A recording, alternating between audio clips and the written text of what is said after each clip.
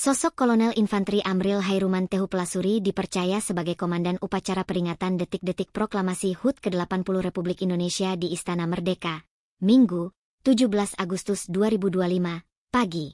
Dia merupakan seorang perwira Kopassus yang kini menjabat Wakil Komandan Grup 1 Kopassus. Karir militer Amril terbilang moncer. Sejak lulus Akademi Militer tahun 2002, Amril sudah malang melintang menjadi anggota sejak masih berpangkat Letnan II. Tercatat, dia pernah menjabat sebagai Komandan Sekolah Komando, Pusdiklat Passus, Kopassus. Kemudian menyandang jabatan strategis sebagai Dandim 1414 Tanah Toraja dan Wakil Asisten Personel Kopassus.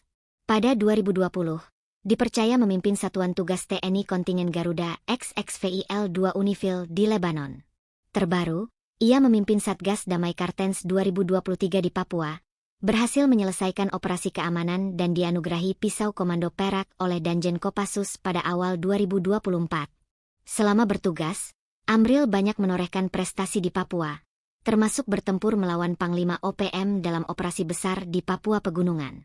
Setelah itu, Kolonel Amril adalah putra Maluku, asal Tulehu, dan cucu dari masinis pertama KRI Dewaruci, Letkol Tehuplasuri, yang berdinas di TNI Angkatan Laut.